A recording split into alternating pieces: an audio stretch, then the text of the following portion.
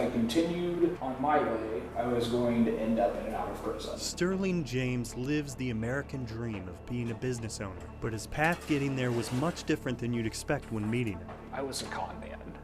I mean, that's absolutely what I was. And I wasn't just conning everyone else, I was also conning myself. Because I was miserable and I had no idea. Thank you, enjoy your pizza. The lowest low point, and that was after the big arrest and facing 63 years in prison, and then they put me in a year-long treatment program. I had graduated. In order to prove to everyone I wasn't an alcoholic, I drank half of a beer and I put it down. And then I went back to the halfway house where I lived and they had me do a UA. And I tested positive for alcohol. And I ended up back in jail. And that was when I thought, man, maybe I don't have this figured out. And that's when I started to do something different.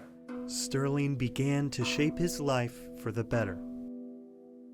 It was accepting help for the first time in my life, listening to what someone else has to say, listening to their experience, and then trying to apply what they've learned in my life. He found refuge in Wichita, exploring his past and who he's come to be in a new group. I came here and I found a community where not only could I just be myself, but it was celebrated.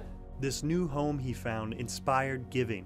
We want to expand that community and that acceptance and the unconditional love to lower energy type of groups that aren't parties. Right side. Every Thursday, 8 p.m., come here to Through Breath Yoga, and we're having a men's group.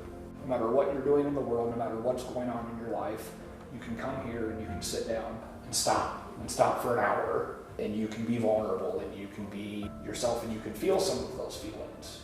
The honesty comes with getting all the way through our journey. When we're not okay with who we are and where we came from, we're constantly running.